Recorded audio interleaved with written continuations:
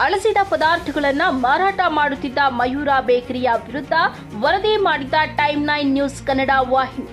ವರದಿಯ ಬೆನ್ನಲ್ಲೇ Mayura bakery ಮಾಲೀಕನಿಗೆ notice ಜಾರಿ ಮಾಡಿದ ಆಹಾರ ಇಲಾಖೆಯ ಅಧಿಕಾರಿಗಳು. ನೋಟಿಸ್ ಜಾರಿ ಮಾಡಿದ್ರೂ ಯಾವುದೇ ನಿಯಮಗಳನ್ನು ಪಾಲಿಸದೆ ಯಥಾವತ್ ಹಾಗೆಯೇ ಕೆಲಸ ನಿರ್ವಹಿಸುತ್ತಿರುವ ಮಯೂರ ಬೇಕರಿಯ ಸಿಬ್ಬಂದಿಗಳು.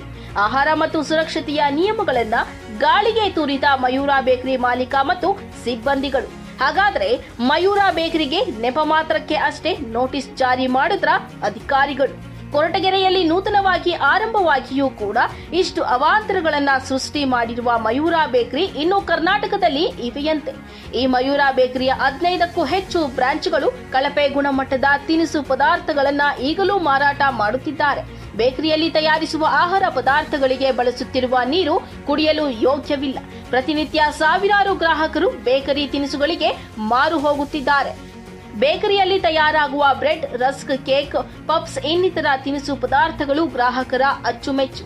ಅವುಗಳ ತಯಾರಿಕೆಗೆ ಬಳಸುತ್ತಿರುವ ಪದಾರ್ಥಗಳು ಕಳಪೆ ಗುಣಮಟ್ಟದಿಂದ ಕೂಡಿದ್ದು ಗ್ರಾಹಕರನ್ನ ಸೆಳೆಯಲು ಅತಿ ಹೆಚ್ಚು ಕಲರ್ ಬಳಕೆ ಮಾಡುತ್ತಿದ್ದಾರೆ ಈ ಬೇಕರಿ ಮಾಲೀಕರು. ಇವರು ಬಳಸುವ ಕಲರ್ಗಳು ಮಾರುಕಟ್ಟೆಯಲ್ಲಿ ಬಹಳ ಕಡಿಮೆ ಬೆಲೆಗೆ ಸಿಗುತ್ತಿದೆ. Orange, vanilla, pineapple, chocolate, strawberry ಇದ್ಯಾವುದು ಹಣ್ಣುಗಳಿಂದ ತಯಾರಿಸುವ ಕಲರ್ಗಳಲ್ಲ.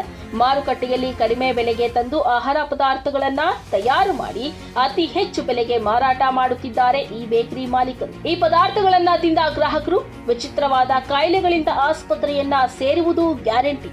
ಇದನ್ನೆಲ್ಲ ಕಂಡು ಕಾಣದಂತೆ ಇರುವ ಎಫ್ಎಸ್ಎಸ್ಐ ಅಧಿಕಾರಿಗಳು ಕಣ್ಮುಚ್ಚಿ ಕುಳಿತಿದ್ದಾರೆ ಎನ್ನುವುದೇ ಸಾರ್ವಜನಿಕರ ಯಕ್ಷ ಪ್ರಶ್ನೆ. ಆ ಪದಾರ್ಥಗಳ ವರದಿ ಏನಾಗಿದೆ ಎನ್ನುವುದರ ಮಾಹಿತಿಯೇ ಪತ್ತೆ ತಿಳಿಸುವುದಿಲ್ಲ ಈ ಅಧಿಕಾರಿಗಳು.